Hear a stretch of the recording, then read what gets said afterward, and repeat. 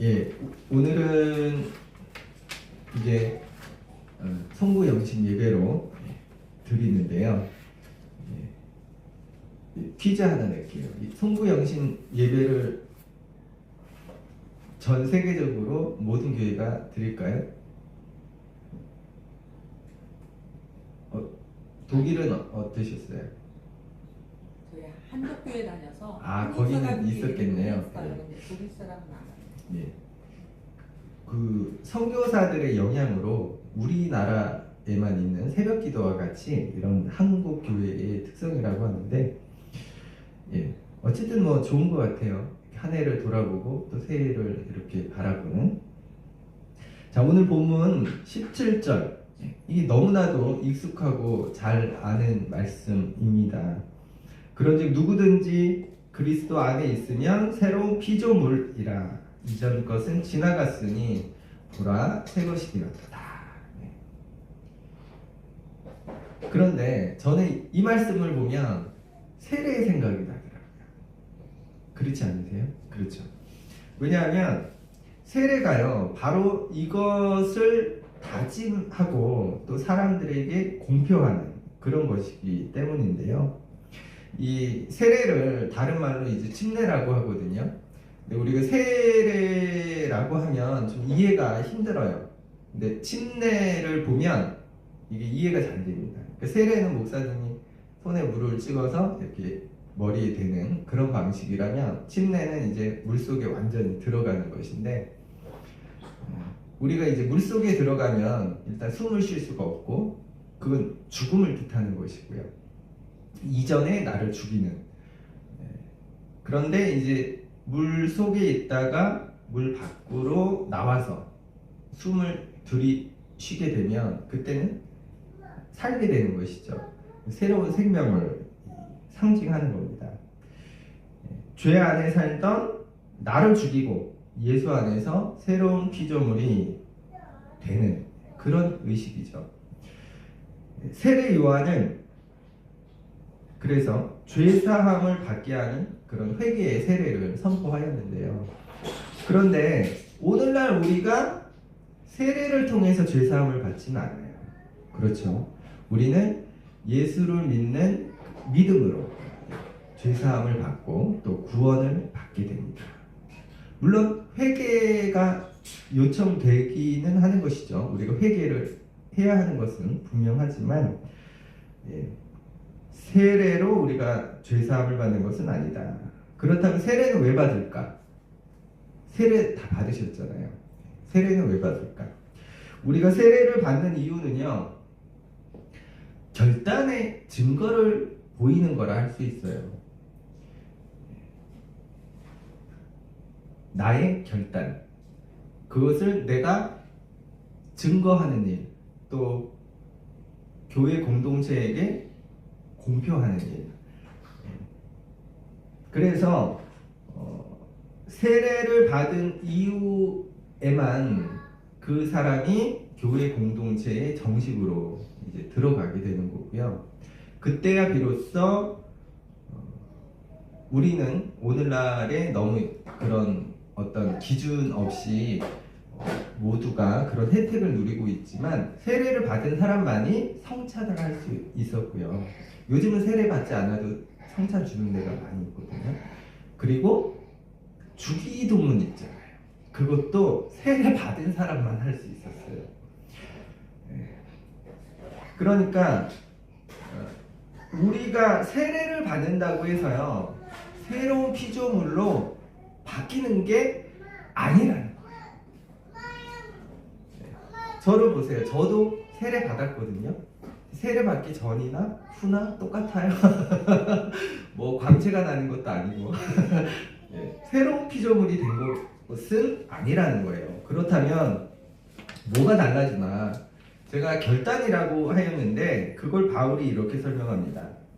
16절 말씀. 그러므로 우리가 이제부터는 어떤 사람도 육신을 따라 알지 아니한다. 비록 우리가 그리스도도 육신을 따라 알았지만 이제부터는 그같이 알지 아니하노라.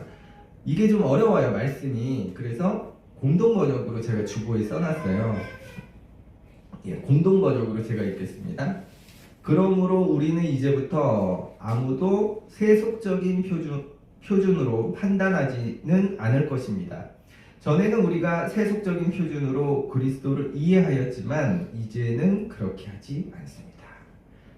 아까 거보다 좀 쉬운데 그래도 여기서 세속적인 표준이라는 게 뭐지? 이것은 제가 늘 강조하는 바로 그거. 내가 갖고 살던 가치 기준들, 또한 내가 살아왔던 삶의 방식, 내가 걸어가던 삶의 방향성에 관한 것인데요. 바로 세상의 가치 기준, 세상의 삶의 방식, 세상이 제시하는 그 방향성, 그런 것이라 할 수 있겠습니다. 우리가 세례를 통해서 해야 하는 그 결단이 바로 이것들인데요. 내가 갖고 살던 가치 기준을 바꾸겠다는, 내가 살아온 삶의 방식을 바꾸겠다는, 내가 걸어가던 그 삶의 방향을 바꾸겠다는 그 결단입니다. 왜냐하면요, 왜 그래야 하는지에 대해서 바울이 15절에서 이렇게 설명해요. 15절 말씀.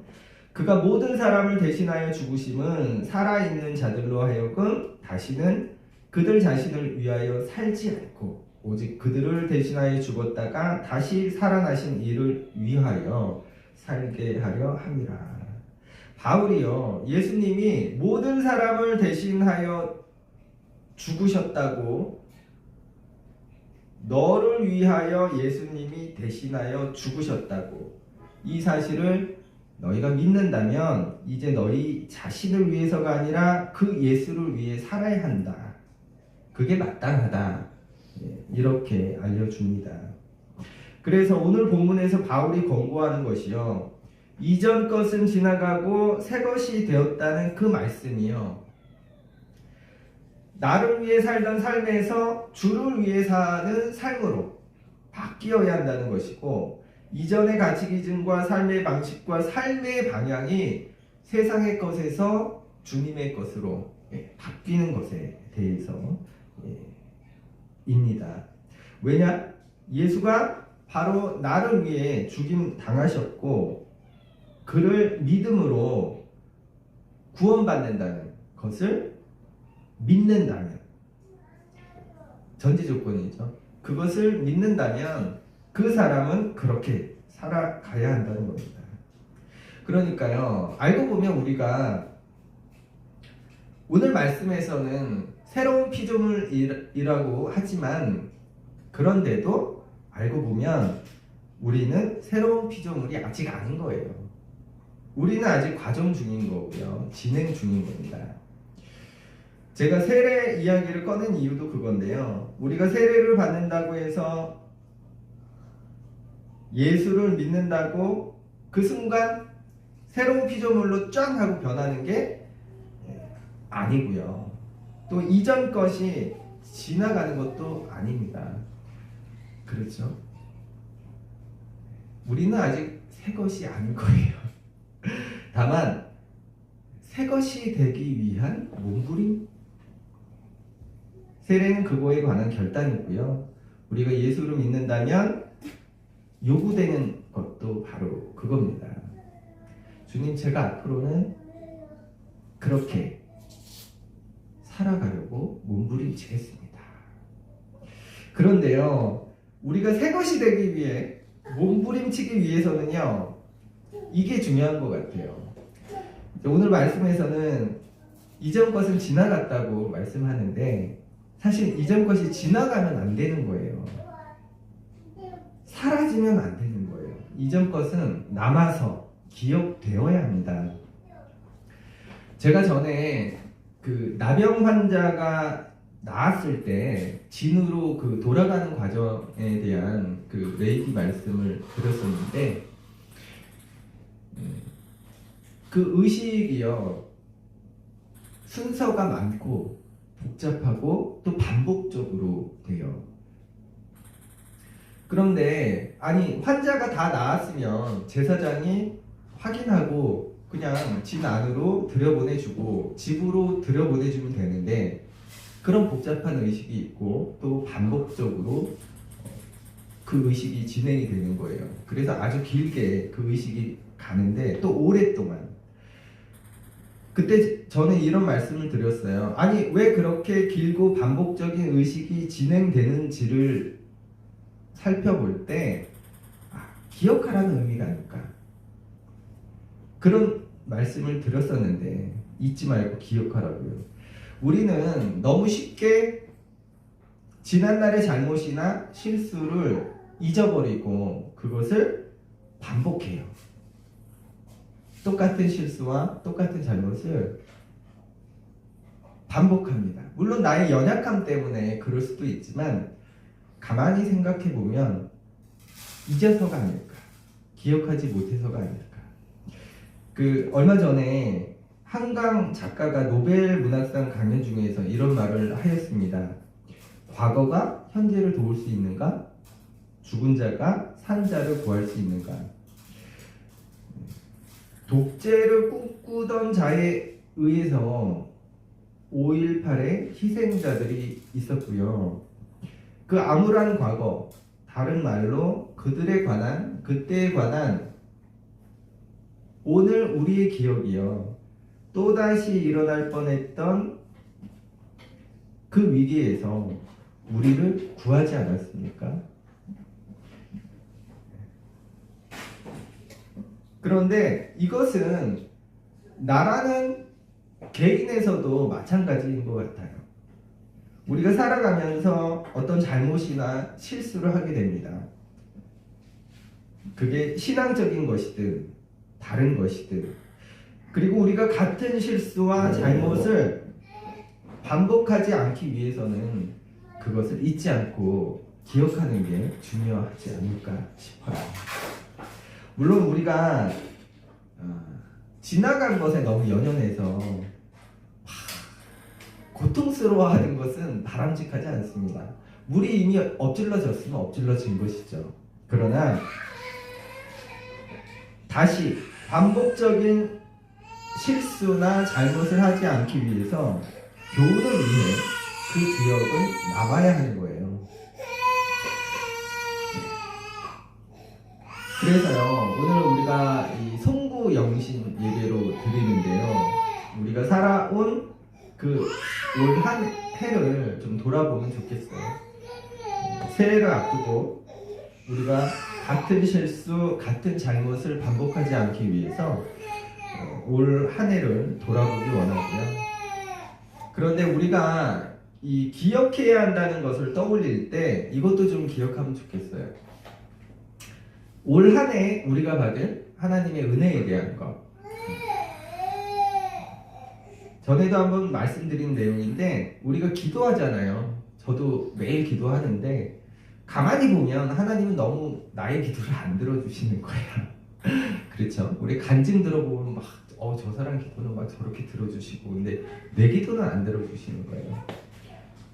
그래서 이제 이런 생각이 드는 겁니다. 혹시 하나님 안 계신 거 아니야? 아니 혹은 계신데 나한테만 무관심하신가? 왜 내 기도만 안 들어주시지? 이렇게 원망하게 되고요. 그래서 마치 하나님은 내 곁에 안 계신 것 같아요. 어디 저 멀리 계신 것 같고 나와는 좀 동떨어진 관계 같아요. 그래서 내가 기도하는 게 원래는 이런 거잖아요. 내 곁에 계신 하나님과 대화하는 건데 우리는 마치 기도할 때 이메일 쓰는 것 같아요. 느낌이. 그래서 전송되었나? 확인.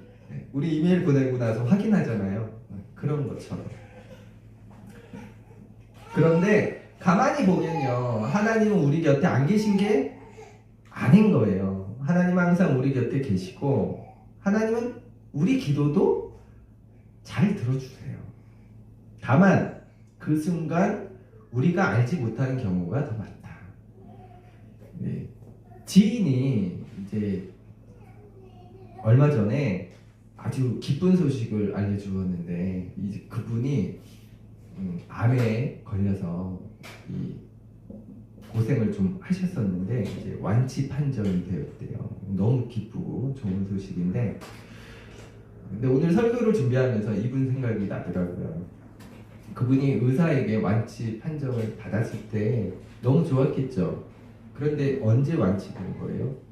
이미 완치된 거예요. 의사한테 그 얘기를 듣기 전에. 그러니까 하나님이 우리에게 행하시는 것들이 이런 것 같더라고요. 우리는 하나님이 나에게 하시는 그 일을 그 순간에 모를 때가 많아요. 그러나 시간이 지나가서 내 과거를 회상해 보면 올 한 해를 되돌아볼 때 그때 하나님이 나의 기도를 들어주신 것들, 나에게 내가 기도하지 않았는데도 불구하고 나에게 주신 은혜들, 그것들을 지나서야 그때야 알 수 있게 된다, 깨닫게 된다. 그래서 우리가 올 한 해를 좀 돌아보면서요, 그 한 해 동안 우리가 기도한 것들, 또 기도를 통해 응답받은 것들, 또 그 외에 하나님이 우리에게 주신 것들, 그 하나님의 은혜를 우리가 좀 돌아보면 좋겠고요. 자, 오늘 본문으로 다시 돌아가서요, 바울이 이제 새 것이 되었다면 이렇게 살라고 하는 부분이 나옵니다. 18절, 19절 말씀 우리 같이 읽겠습니다. 모든 것이 하나님께로서 났으며 그가 그리스도로 말미암아 우리를 자기와 화목하게 하시고 또 우리에게 화목하게 하는 직분을 주셨으니 곧 하나님께서 그리스도 안에 계시사 세상을 자기와 화목하게 하시며 그들의 죄를 그들에게 돌리지 아니하시고 화목하게 하는 말씀을 우리에게 부탁하셨느니라. 자, 화목하게 하는 말씀을 우리에게 부탁하셨다. 여기서 우리는 이제 고린도 교회 성도들이 아니고요, 바울과 그 일행이죠. 그러니까 바울이 내가 하나님으로부터 화목하게 하는 직분을 받았기 때문에 그리스도를 대신하여 너희에게 간절히 권한다라는 거예요. 무엇을? 너희는 하나님과 화목하라. 그렇다면 여기서 화목은 어떤 뜻일까? 여기서 화목을요, 새 번역이나 공동 번역에 보면 화해로 번역을 하고 있어요. 우리와 하나님 사이에 화해할 수 없는 이유가 있었죠. 큰 장벽이 하나 있었기 때문에 그것을 죄라고 부릅니다. 그런데 이 문제를 예수님이 십자가에서 푸신 것이고요. 그래서 이제 우리는 그 예수 그리스도를 믿음으로 말미암아 하나님과 화목하게 되었습니다. 이게 우리가 알고 또 신앙하는 바이죠. 그런데 이제 저는 이게 궁금해지더라고요. 우리는요, 예수 그리스도를 믿음으로 하나님과 화해하게 되어 버린 거예요. 하게 된 것이죠. 그걸 예수께서 십자가에서 이미 이루신 거예요. 그런데 지금 바울이 누구에게 뭐라고 하나요? 고린도 교회 성도들에게, 이미 하나님을 믿는 사람, 하나님을 믿고 예수를 믿는 사람들에게 너희는 하나님과 화목하라고 해요. 아니, 예수 믿음이 이미 하나님과 화해된 거 아니야? 근데 바울은 왜 이런 얘기를 하지? 하나님과 화목하라고? 이미 믿는 사람들에게? 그러니까 이게 무슨 말일까요? 바울은 아직 너희가 새 것이 아니라는 겁니다. 새로운 피조물이 아니라 앞에서도 말씀드렸듯이 너희는 아직 진행 중이고 과정 중이라는 거예요. 또한 분명 그것이 죄의 문제지만 삶에 관한 것이구나, 이것을 알 수 있습니다. 아까 앞서 말씀드렸던 세상의 가치 기준에서, 세상의 방식에서, 세상이 제시하는 그 방향에서 하나님의 것으로 바꾸는 일, 이전 것에서 새 것을 향해 나아가는 일, 세상의 것에서 하나님의 것으로, 이것들이 예수를 믿는 믿음에서 그 믿음으로 되는 게 아니라는 거예요. 예수를 믿는 믿음을 가진 사람들에게 요청되는 그런 종류의 것들이라는 겁니다.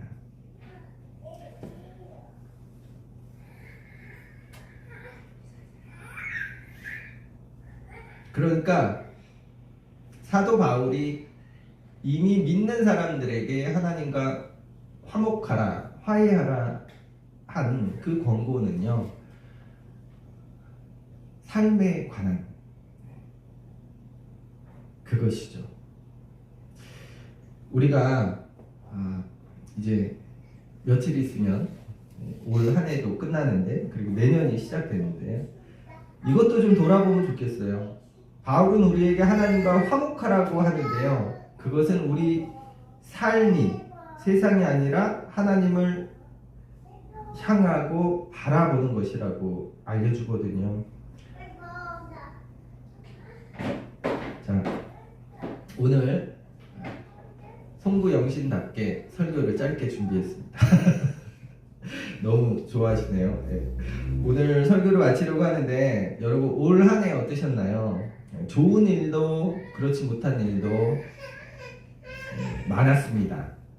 그래서 올 한 해 이 시간 안에 우리가 후회하는 것들, 우리가 저지른 실수, 잘못, 또한 우리가 알거나 모르거나 하나님이 우리에게 베푸신 은혜, 이런 것들이 가득합니다. 우리가 한 해를 돌아볼 때 좋은 것이나 그렇지 않은 것이나 지나온 시간을 잘 더듬어보고 또 잘 기억하면 좋겠어요.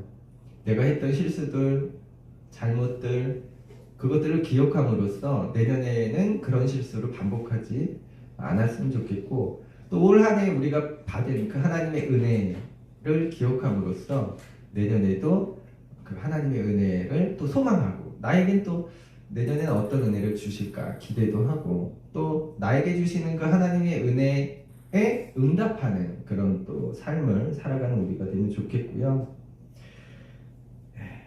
그리고 이게 중요한 것 같아요. 바울은 우리가 예수를 믿으니까 새로운 피조물이 되었다, 이전 것은 지나갔으니 새 것이 되었다, 이렇게 말씀하고 있지만, 사실 그 말씀의 의도는 저는 이렇게 보거든요. 아직 진행 중이다, 과정 중이다, 그러니 그 새 것이 되기 위해서 몸부림쳐야 한다, 저는 그렇게 들립니다. 그러므로 우리가 올해도 몸부림쳐 왔지만 내년도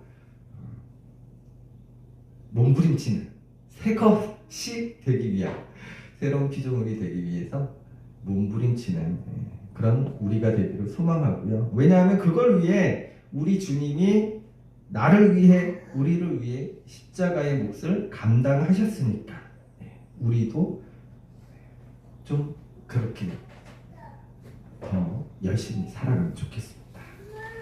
기도하겠습니다.